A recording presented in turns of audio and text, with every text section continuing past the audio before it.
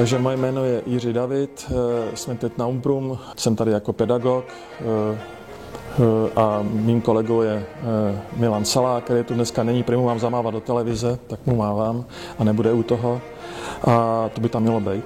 A náš ateliér se jmenuje Intermediální konfrontace, to znamená, že to je v tom názvu obsažený, čím se ten ateliér zabývá, to znamená, že je zde možné pracovat v různých médiích, od malby přes videa, fotografie, instalace, text, hudba, film, video, cokoliv.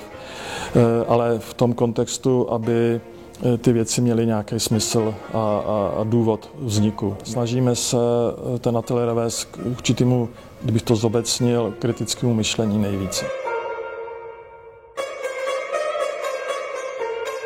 Jmenuji se Karima Almuchtarová a studuju v ateliéru Jiřího Davida a Milana Saláka. A tak nějak jako napůl bydlím vlastně v Berlíně v ateliérech, který se jmenují Greenhouse. Hodně mě baví, že tam můžu potkat lidi z celého světa, což je skvělý.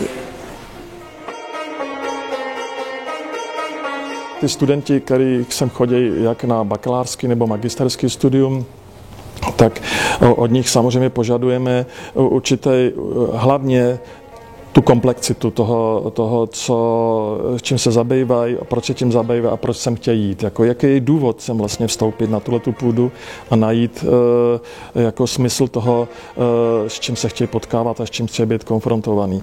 No a ta komplexita prostě souvisí nejenom s tím, že umí buď to zručně kreslit nebo malovat, nebo sestříhat dobře video, nebo natočit zajímavý klip, nebo něco takového, ale souvisí spíš s tím jejich opravdu, jak oni vnímají smysl toho, co vytvářejí. A my vlastně pátráme po tom smyslu, takže jak já to někde jsem už citoval, že ten smysl vlastně tady není pro nás, ale že my jsme pro něj. Snažím se, aby ty lidi, i s Milanem, aby ty lidi tady byli sice motivovaní, ale aby nebyli jako hýčkaný. Aby byli docela nasraný na nás často. Karima je složitý člověk, který má obrovské ambice, a což patří umělcům, jako být složitý a zároveň mít ambice. Věřím, že to není ten typ umělce, který za svou kariérou půjde přes mrtvoly. To znamená, že nebude natolik tvrdá, že nebude vnímat jakoby to své bezprostřední okolí a nebude je zneužívat ve svůj prospěch. To hlavní inspirací pro tu výstavu je asi prostředí Berlína a hlavně toho Neuköllnu, kde bydlím.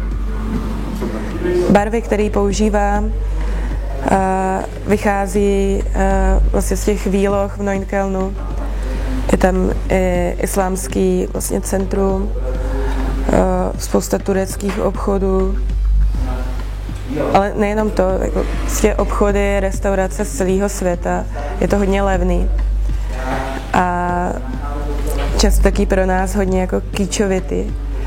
Ty výlohy, až úplně, že se člověk zarazí. Hodně mě baví vymýšlet, jak udělat něco, co vlastně jako nevíš, ani lidi okolo tebe nevědí, jak udělat. A vymýšlet si právě ty vlastní postupy, systémy, zkoušet. Tak to mě hodně baví. První byl trám, protože s těma trámama jsem začala pracovat v Berlíně, kdy jsem nevyšívala žádný konkrétní objekt, ale zajímal mě celkově ten materiál a já mám ráda výzvy.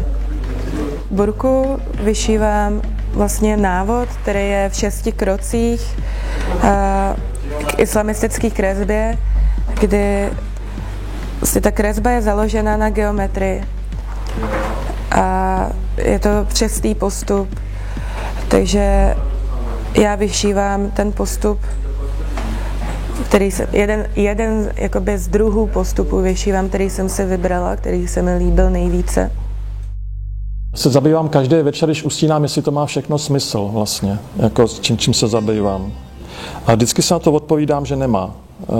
A ráno se vždycky probudím a znova se tím zabývám, což je úplně děsivý.